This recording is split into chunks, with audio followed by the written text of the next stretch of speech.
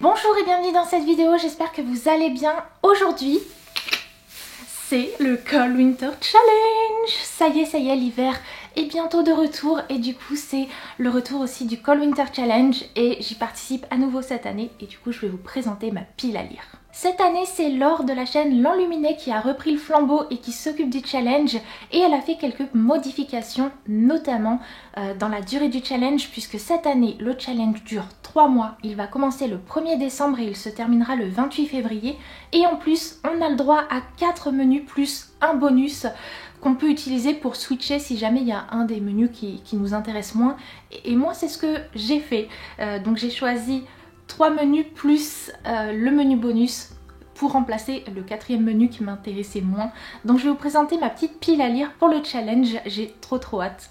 Trop hâte. Le premier menu de ce challenge, c'est Magie de Noël.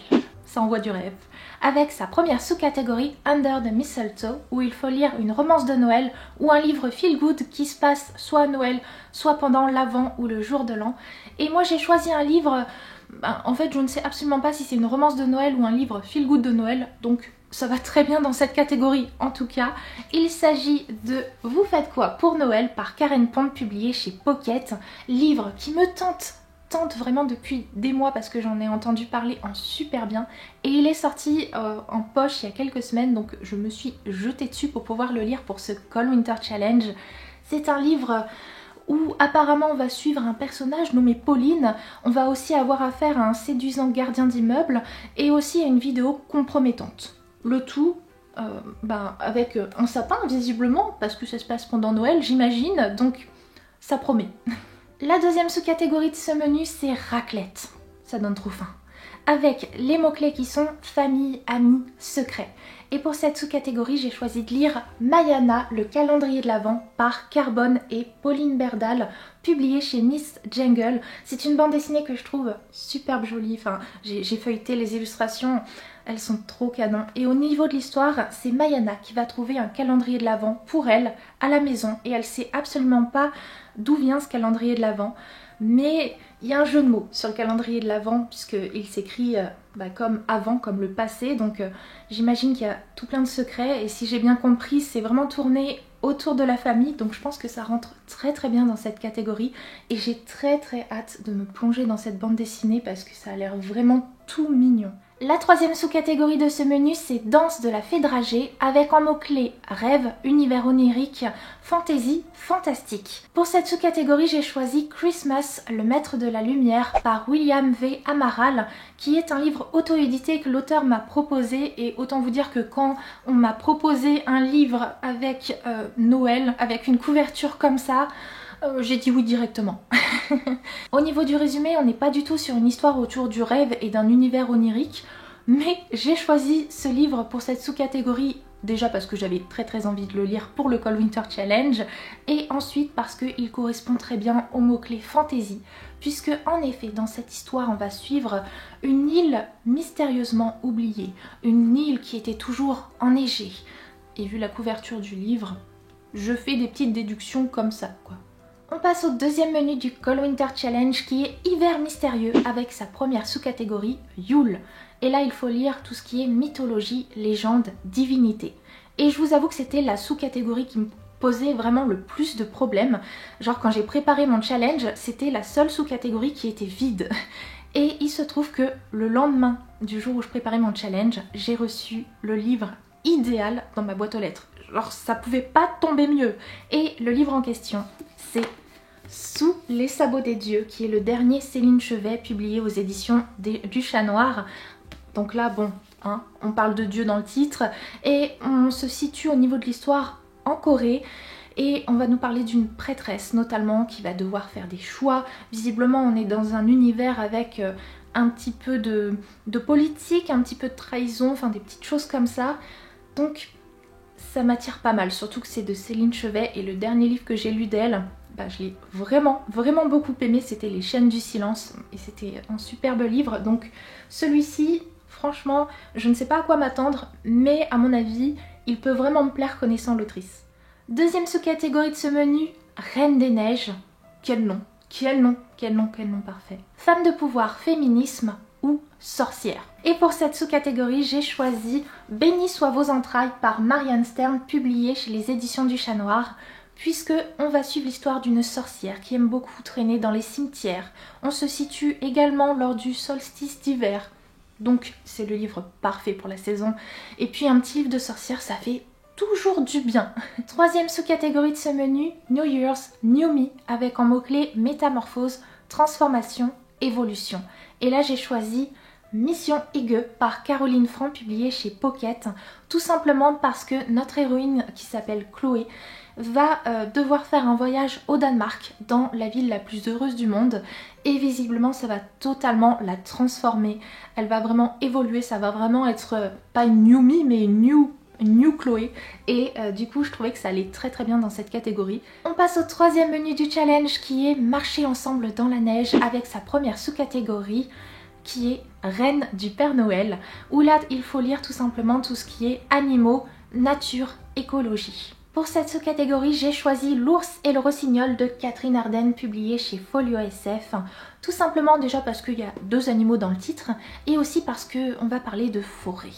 Dans cette histoire, on va suivre Vassia qui adore écouter les histoires de sa gouvernante, notamment celle qui parle du démon, roi de l'hiver. Mais Vassia en plus, elle sait que ces histoires c'est bien plus que ça, puisqu'elle est la seule à pouvoir voir les esprits protecteurs qui sont dans la forêt. C'est une histoire visiblement inspirée de contes russes, et j'ai très envie de découvrir tout ça parce que ça promet. J'ai très envie de me lancer dans cette histoire qui a l'air vraiment ensorcelante. Deuxième sous-catégorie de ce menu, Aurore boréale, avec en mots-clés aventure, périple, voyage. Et là, j'ai choisi de sortir de ma pile à lire enfin la suite de La couleur du mensonge, donc le tome 2 qui est Le parfum de la trahison, par Erin Beatty, publié chez Lumen. Le premier tome a été tellement un gros coup de cœur quand je l'ai lu fin mars que je me suis dit il me faut la suite, et je l'ai toujours pas lu tellement j'ai peur de me lancer dans ce tome 2, tellement le premier tome a été un coup de cœur de fou. J'ai tellement peur que ce tome 2 soit pas à la hauteur. Non mais vraiment celui-ci, il faut que je le lise, surtout que cette histoire est tellement bien. On est vraiment dans un univers avec beaucoup de manipulation, de jeux de dupes, d'enjeux politiques, enfin franchement c'est une saga qui est tellement passionnante. Il faut que je lise la suite, surtout que j'aime vraiment beaucoup Sage et Alex, donc j'ai trop hâte de les retrouver. Troisième sous-catégorie de ce menu, Carol of the Bell, avec comme thématique un roman choral, plusieurs points de vue ou plusieurs personnages qui partagent une expérience commune. Et là j'ai choisi de lire le tome 2 de la saga des 7 sœurs, qui est La sœur de la tempête par Lucinda Riley, publié chez le livre de poche. J'ai lu le premier tome cet été et j'ai tellement aimé qu'il fallait que je lise la suite. On est dans une histoire de secret de famille avec un homme milliardaire qui a adopté toutes ses filles aux 4 coins du monde, et à sa mort, il leur donne à chacune une enveloppe qui contient un indice pour qu'elles puissent retrouver ses origines. Et dans le premier tome, on faisait un voyage au Brésil. Là, dans ce tome 2, on va faire un voyage, c'est où exactement? C'est en Norvège, voilà, exactement. Et du coup, je me suis dit, il faut vraiment que je garde ce livre pour cet hiver. Et là, ça va être trop bien cet hiver de faire ce voyage comme ça, dans la neige. Et puis le premier tome était tellement bien écrit que j'ai trop hâte de retrouver la plume de l'autrice et qu'elle me fasse voyager comme ça. Le quatrième menu, c'est Hiver obscur. C'est le menu que je n'ai pas choisi, donc je vous le mets ici si vous avez envie de voir de quoi ça parle. Mais si vous avez envie de plus de renseignements, n'hésitez pas à aller voir en barre d'infos. Je vous ai mis le lien de la vidéo de présentation du challenge de Laure l'Enluminée, que vous avez peut-être sûrement déjà vu, mais on sait jamais. On passe au menu bonus du challenge qui s'appelle Au chaud devant la cheminée. C'est un menu qui sert à switcher, à intervertir avec un menu du challenge qui nous convient moins, donc comme moi j'ai fait avec Hiver obscur, qui, pour être très honnête avec vous, m'intéressait. Mais je me suis dit que c'était absolument pas raisonnable de faire tous les menus du challenge, donc les 5, les 4 plus le bonus, sachant que depuis quelques mois je lis beaucoup moins qu'avant. Donc j'ai été raisonnable, j'ai juste choisi de faire 4 menus pour ce challenge et je ne pouvais pas ne pas prendre ce menu bonus qui fait juste trop envie quoi. La première sous-catégorie de ce menu, c'est Grands enfants, où il faut lire un livre jeunesse. Et j'ai choisi Lettres du Père Noël par Monsieur Tolkien, publié chez Pocket. C'est un livre qui me fait vraiment très envie, surtout pour cette saison. En fait, dans ce livre, nous avons des lettres que Monsieur Tolkien a écrit à ses enfants en se faisant passer pour le Père Noël. Donc on a cette correspondance et l'intérieur du livre fait vraiment super envie. Donc je pense que ça peut être vraiment adorable comme lecture du mois de décembre. Ensuite nous avons la sous-catégorie vitrine de Noël où il faut lire une lecture graphique avec des illustrations sur le thème de Noël ou de l'hiver. Et là j'avais le livre parfait puisque dans ma pile à lire traîne le tome 2 de la saga Sous les arbres qui est Le frisson de l'hiver par Dave, publié chez les éditions de la Gouttière. En automne, j'ai lu le premier tome de cette saga. C'était l'automne de Monsieur Grumpf où on suivait un blaireau un petit peu ronchon. Et bien là, on se situe en hiver et on va suivre ce petit renard. Et ça me fait trop envie parce que le premier tome était tellement automnal que je pense que dans celui-ci, on va avoir une ambiance hivernale de fou. La troisième sous-catégorie de ce menu, c'est chocolat chaud. Et là, il faut tout simplement lire un livre qui nous apporte du bien-être. Que ce soit un roman, une lecture graphique, un livre de développement personnel, peu importe, on choisit vraiment une lecture doudou. Et du coup j'ai choisi Anne de Green Gables par Lucy Maud Montgomery, publié aux éditions Monsieur Toussaint l'Aventure.